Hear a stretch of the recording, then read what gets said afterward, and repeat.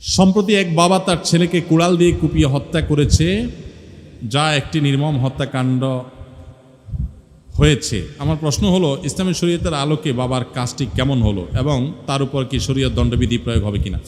দেখুন, ইসলামের দণ্ডবিধি প্রয়োগ হবে কিনা সেটা তো এখানে বলে লাভ নাই। কারণ হলো, ইসলামের দণ্ডবিধির আলোকে তো আর বিচার হয় না আমাদের দেশে। তবে আমরা, এটা তো অনেক পুরান ঘটনা, ইতিমধ্যে এটা নিয়ে অনেক আলোচনা পর্যালোচনা হয়ে গেছে।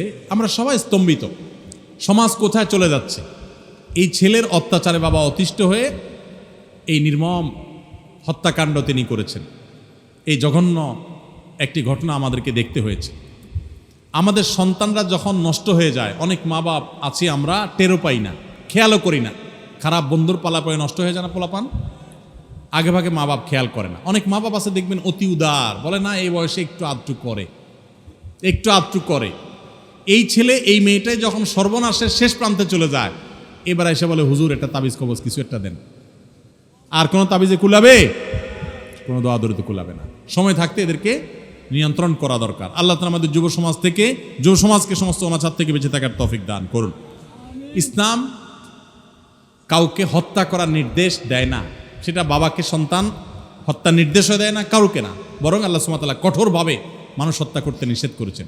আইন হাতে তুলে নেওয়ার শিক্ষা কখনো ইসলাম কাউকে দেয় না। প্রত্যেকটা মানুষকে আইন নিজের হাতে না তুলে আইনকে যথাযথ গতিতে সেটাকে চলতে দেওয়া এবং সেটা বাস্তবায়ন করার নির্দেশনা দিয়ে থাকে। কিন্তু বাবা হয়তো একটা পর্যায়ে নিয়ন্ত্রণ হারিয়ে গেছেন, আল্লাহ তাআলা তাকে ক্ষমা করুন। তার সন্তান সহ যত সন্তান এরকম বকে গেছে, আমাদের সন্তানরা, আল্লাহ তাআলা তাদেরকে, বিশেষ করে যারা বকে গেছে, তার সন্তান দুনিয়াতে চলে গেছে, আল্লাহ তাআলা তাদের সবাইকে হেদায়েতের পথে ফিরে আসার তৌফিক দান করুন। আমাদের যুব সমাজ কোথায় চলে গেছে, এটা প্রত্যেকটা বাবা মা যার সন্তান ধ্বংসের শেষ প্রান্তে চলে গেছে, উনি ছাড়া এই দুঃখটা কেউ বুঝবে না। ঘরে ঘরে ধ্বংসযজ্ঞ আপনার চালানো হয়েছে।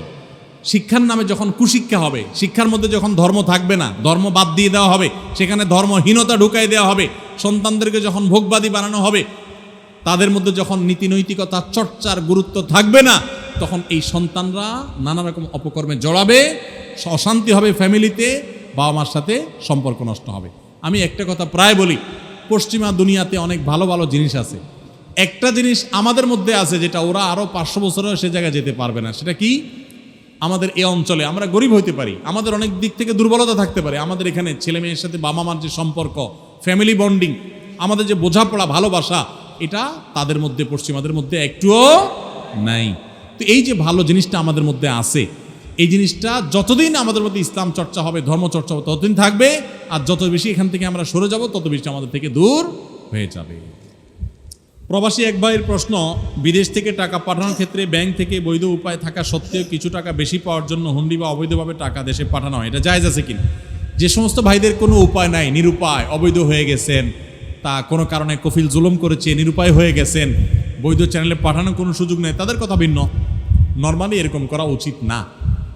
দারুল দেওবন্দের ফতোয়া রয়েছে এর বিপক্ষে, এবং আরও বড় বড় প্রতিষ্ঠানগুলোর ফতোয়া রয়েছে। কারণ আপনারা জানেন, এই যে আমাদের দেশের রিজার্ভ খালি হয়ে গেছে, ডলার সব বাইরে চলে গেছে। এই দেশে যারা চুরি ডাকাতি করে, দুর্নীতি করে, ঘুষ খায়, বড় বড় দুর্নীতিবাজরা, এদের বেগম পাড়াতে, জার্মানিতে, আপনার কানাডাতে বেগম পাড়াতে, আমেরিকাতে, বিভিন্ন জায়গায় তাদের বাড়ি গাড়ি, শত শত কোটি টাকার সম্পদের কথা আপনারা প্রায় পত্রিকা শুনেন না? এগুলা কেমনে যায়? এই হুন্ডির মাধ্যমে। এগুলা যাওয়ার সবচেয়ে বড় প্রধান চ্যানেল কি?